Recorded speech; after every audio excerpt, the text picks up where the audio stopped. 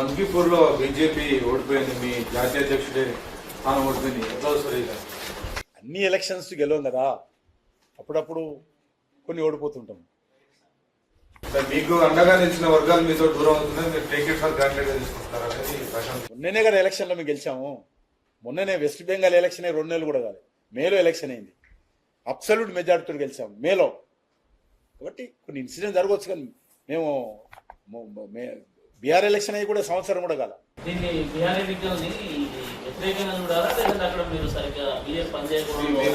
కొన్ని స్థానికంగా కొన్ని సమస్యలు ఉంటాయి, అనేక రకాల స్థానిక సమస్యలు ఉంటాయి. దాని పైన ఉంటుంది అంత. దాని మొత్తం పార్టీ ఇంపాక్ట్ అనుకోవద్దు. ఒక వ్యక్తి ఇంపాక్ట్ ఉంటుంది, అక్కడ పోటీ చేసినటువంటి అభ్యర్థుల మీద వ్యతిరేకత ఉంటుంది, సానుకూలం ఉంటుంది, ఇవన్నీ వస్తాయి. ఇది బై ఎలక్షన్, ఇది పూర్తిగా పార్టీయో కేంద్రమో లేకపోతే రాష్ట్ర ప్రభుత్వానికి సంబంధించినటువంటి స్పందన అనుకుంటే దేశంలో ఏ రాజకీయాలు ఏ పార్టీ ఉండదు. ఉండొచ్చు, మారకూడదని ఉందా? కాబట్టి ఒక ఎలక్షన్స్ తోటే మొత్తం పార్టీ పార్లమెంట్ భాషలో ఎంతైనా మాట్లాడవచ్చు. గతంలో కూడా మనం చూసాం. నేను విద్యార్థిగా ఉన్నప్పుడు, యూత్ వింగ్లో పనిచేస్తున్నప్పుడు, శాసనసభకి ఎప్పుడైనా మా పెద్దలతో వెళ్తున్నప్పుడు ప్రతిపక్ష నాయకులు పాలక పార్టీ నాయకులైన తేడా లేకుండా శాసనసభ నుంచి బయటికి రాగానే ఎంతో ఆప్యాయత మాట్లాడుకునేటువంటి వాళ్ళు. ఈరోజు మొఖాలు చూసుకునేటువంటి పరిస్థితి లేదు, చర్చించుకునేటువంటి పరిస్థితి లేదు. ఒకరింకొకరితో మాట్లాడితే అనుమానం, ఒకరింకొకరితో మాట్లాడితే కుమ్ముక్కయిండనో కుట్రలు చేస్తున్నారనో దుర్మార్గంగా ఈరోజు మరి చర్చించుకుంటున్నటువంటి పరిస్థితి ఉంది. దానిపైన కూడా సోషల్ మీడియాలో పెడతా ఉన్నారు. కాబట్టి గతంలో మనం చూసాం, పుచ్చలపల్లి సుందరయ్య గారు కానీ, వి రామారావు గారు కానీ, జూపుడి యజ్ఞనారాయణ గారు కానీ, లేకపోతే రోషయ్య గారు కానీ, ఆ రోజు వాళ్ళ హయాంలో ఏ రకంగా పాలక ప్రతిపక్ష పార్టీని తేడా లేకుండా రాజకీయాలకే వన్నె తెచ్చినటువంటి వ్యక్తులు వీళ్ళందరూ. మరి అలాంటి రాజకీయాలు మన తెలుగు రాష్ట్రాల్లో ఎక్కడ వెళ్తా ఉన్నాయి? ఈ తెలుగు రాష్ట్రాల్లో రాజకీయాలు ఎక్కడ పోతా ఉన్నాయి? ఇది అందరూ కూడా ఆలోచన చేయాల్సిన అవసరం ఉంది. మీ ఒక్కరితోటో రాజకీయాలు అయిపో. మీరు ముఖ్యమంత్రిగా ఉన్నప్పుడు, మీరు కేంద్ర మంత్రిగా ఉన్నప్పుడు, మీరు ఎమ్మెల్యే ఉన్నప్పుడు రాజకీయాలు పూర్తి కావు.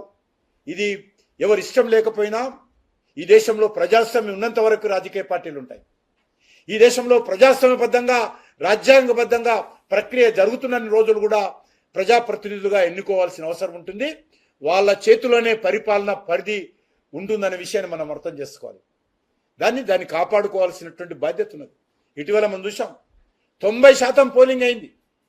ఇటీవల అనేక ఎన్నికల్లో మనం చూసాం. అది ప్రజాస్వామ్యకు స్ఫూర్తినిచ్చేటువంటి చర్య. ప్రజల్లో ఇప్పటికీ ప్రజాస్వామ్యమన్నా రాజకీయ పార్టీలన్నా విశ్వాసం ఉంటేనే తప్ప వాళ్ళు పోలింగ్ బూత్కు వచ్చి ఓటేయలేదు. ఉన్నది కాబట్టి వాళ్ళందరూ ఓటేశారు. అటువంటి వ్యవస్థను 10 కాలాల పాటు భావితరాల కోసం కాపాడుకోవాల్సినటువంటి బాధ్యత అందరిపైన ఉన్నదనే విషయాన్ని ఈ సందర్భంగా మనవి చేస్తా ఉన్నాను. అంకిపూర్లో బీజేపీ ఓడిపోయింది. మీ జాతీయ అధ్యక్షుడే స్థానం ఓడిపోయింది. ఎట్లా వస్తుంది? అన్ని ఎలక్షన్స్ గెలవం కదా, అప్పుడప్పుడు కొన్ని ఓడిపోతుంటాం. మీకు అండగా నిలిచిన వర్గాలు మీతో దూరం అవుతున్నాయి. మీరు టేక్ ఇట్ ఫర్ గ్రాంటెడ్ గా తీసుకుంటారు అనేది ప్రశాంత్. మొన్ననే కదా ఎలక్షన్లో మేము గెలిచాము. మొన్ననే వెస్ట్ బెంగాల్ ఎలక్షన్ 2 నెలలు కూడా కాదు, మేలో ఎలక్షన్ అయింది. అబ్సల్యూట్ మెజారిటీతో గెలిచాము మేలో. కాబట్టి కొన్ని ఇన్సిడెంట్ జరగవచ్చు, కానీ మేము బీఆర్ ఎలక్షన్ అయ్యి కూడా సంవత్సరం కూడా కాల. దీన్ని బీఆర్ ఎన్నికల్ని వ్యతిరేకంగా చూడాలా, లేదంటే అక్కడ మీరు సరిగ్గా బీఆర్ పనిచేయకుండా?